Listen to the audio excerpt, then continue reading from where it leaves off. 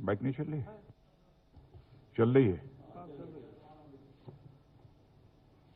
आज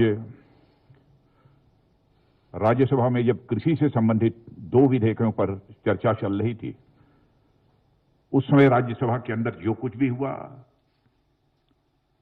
वह जहां दुखद था वही दुर्भाग्यपूर्ण था, और इससे भी आगे जाकर मैं कहना चाहूंगा कि वह अत्यधिक शर्मनाक था। मैं जानता हूं कि संसद की कार्रवाई सुचारू रूप से चलाने के लिए जहां पर सत्ता पक्ष की जिम्मेदारी बनती है, वहीं पर विपक्ष का भी सहयोग अपेक्षित है। विपक्ष की भी संसदीय मर्यादाओं का पालन करते हुए अपनी भूमिका का निर्वाह करना यह अपेक्षित होता है, एक्सपेक्टेड होता है विपक्ष के द्वारा भी। लेकिन आम जनता के अंदर, आम किसानों के अंदर एक गलतफहमी पैदा करके केवल निहित राजनीतिक स्वार्थ को साधने की जो कोशिश की जा रही है, मैं समझता हूं कि स्वस्थ लोकतांत्रिक परंपराओं के यह अनुकूल नहीं है। और यह दोनों विधेयक, मैं कह सकता हूं, किसान और कृषि जगत दोनों के लिए यह ऐतिहासिक हैं। इसे लागू करने से स्वाभाविक रूप से किसानों की आमदनी बढ़ेगी, लेकिन किसानों के बीच गलतफहमी पैदा की जा रही है। एमएसपी समाप्त कर दी जाएगी, एपीएमसी समाप्त कर दी जाएगी। हकीकत यह है कि यह दोनों बिल प्रभावी होने के बाद हमारा किसान अपना माल भारत में जहां भी बेचना चाहता है पूरी आजादी के साथ बेच सकता है, जहां पर भी उसको अच्छी कीमत मिले। न तो एपीएमसी समाप्त हो रही है और न तो एमएसपी समाप्त हो रही है। इसके पहले भी हमारी सरकार ने बराबर एमएसपी बढ़ाया है, और जो यह वादा किया था कि हम किसानों की आमदनी को जस्ट डबल करेंगे, तो उस लक्ष्य को काफी हद तक हमने हासिल करने में भी कामयाबी हासिल की है। लेकिन हम इसे और आगे ले जाना चाहते हैं। लेकिन जैसा मैंने कहा कि डिप्टी चेयरमैन राज्यसभा के, उनके साथ जो दुर्व्यवहार हुआ है, प्रत्यक्ष सारे देश ने अपनी आंखों से उसे देखा है। हरवंश जी पत्रकारिता क्षेत्र में लंबे समय तक उन्होंने काम किया है और लोग अच्छी तरह परिचित हैं। मूल्यों में विश्वास रखने वाले, वैल्यूज के प्रति कमिटमेंट, एक ऐसे व्यक्तित्व के रूप में उनकी छवि रही है। लेकिन सीधे उनके आसन पर तक चले जाना, और आसन तक जाना ही नहीं बल्कि आसन पर जाकर खड़े हो जाना, वहां पर जाकर रूल्स बुक को फाड़ डालना, और इतना ही नहीं है, वहां पर पहुंचकर रूल्स बुक को फाड़ना और अन्य भी जो कागजात रखे हुए थे उसे भी फाड़ देना और आसन के ऊपर चढ़ जाना। जहां तक मैं जानता हूं, मैं कह सकता हूं कि संसदीय इतिहास में कभी ऐसी घटना न तो लोकसभा में हुई है न राज्यसभा में हुई, और राज्यसभा में होना तो यह और बड़ी बात है। राज्यसभा को हम हाउस ऑफ एल्डर्स कहते हैं। संसदीय परंपराओं में विश्वास रखने वाला कोई भी व्यक्ति निश्चित रूप से इस प्रकार की घटना से आहत होगा। आज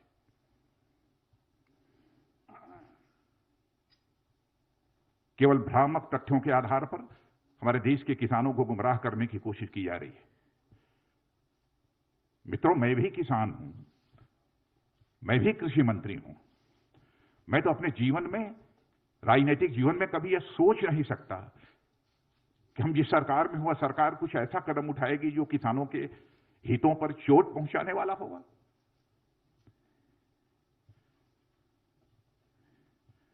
जो कुछ भी हुआ है वह संसदीय गरिमा के अनुरूप नहीं हुआ है।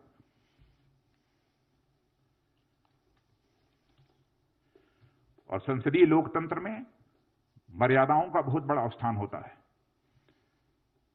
जब संसदीय मर्यादाएं टूटती हैं लोकतंत्र की परंपराएं भी शर्मसार होती हैं और तार-तार होती हैं।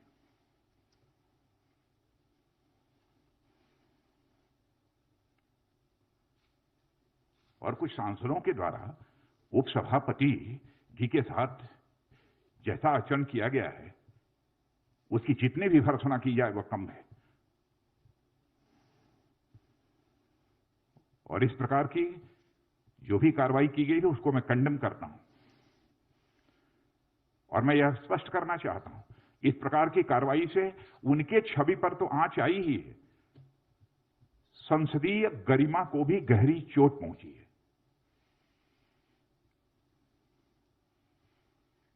मित्रों, इस अवसर पर मुझे इतना ही कहना था।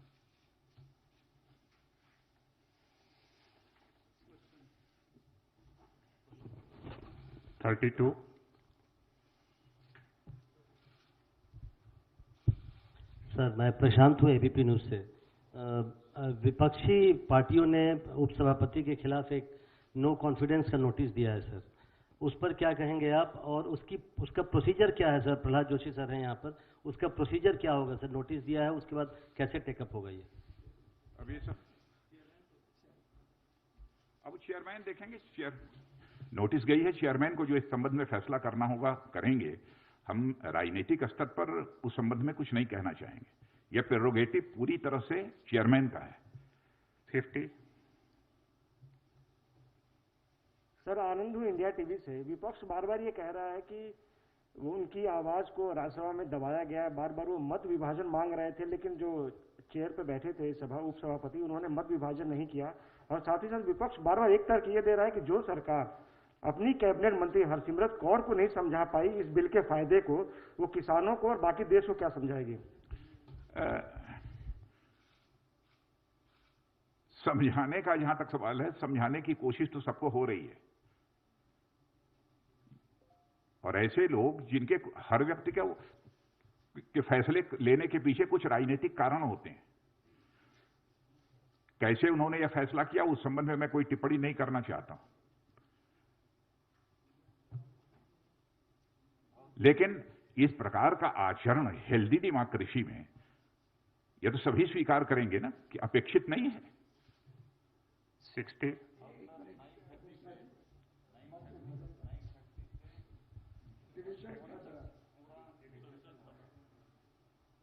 अब ये संसदीय कार्य मंत्री बतला रहे हैं कि 9:30 बजे से 1:30 बजे तक पूरा डिस्कशन चला है।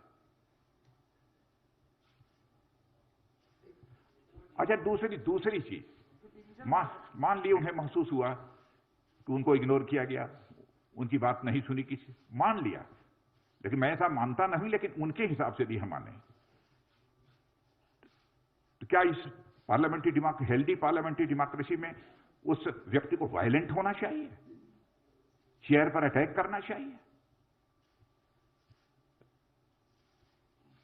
डिप्टी चेयरमैन के आसन पर चढ़ जाना चाहिए? क्या उचित है इसका? माइक तोड़ देना चाहिए?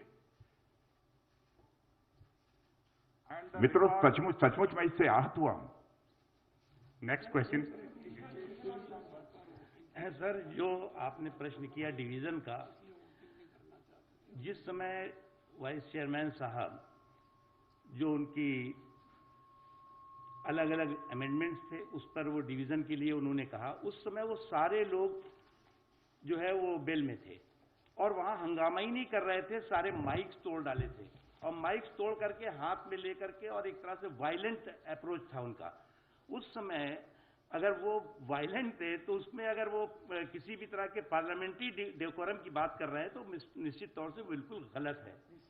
और बार बार जो है वो वाइस चेयरमैन साहब ने कहा कि आप अगर डिवीजन चाहते हैं तो आपको अपनी सीट पर जाना ही चाहिए, लेकिन कोई नहीं गया। बल्कि जैसा कि आदरणीय राजनाथ जी ने कहा कि वो तो जो हमारे जो राज्यसभा के स्टाफ के लोग थे उनकी मेज पर थे, एक दूसरे की कंधों पर जो है वो नारेबाजी कर रहे थे।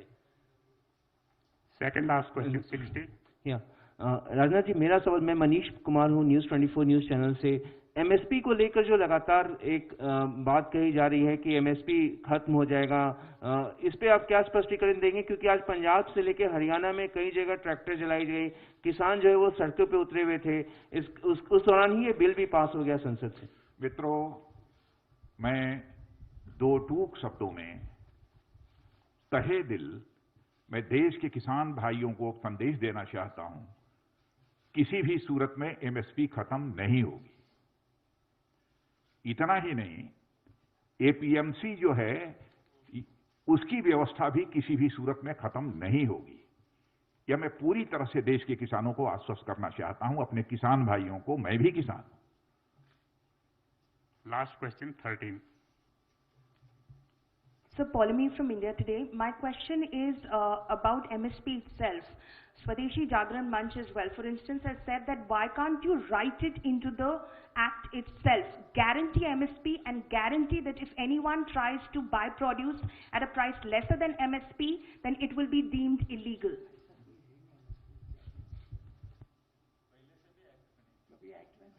ऐसा प्रोविजन कभी एक्ट में रहा भी नहीं है, इसके पहले भी। Thank you very much, sir. Friends, thank you very much. MSP is not a part of any law. It's an administrative order.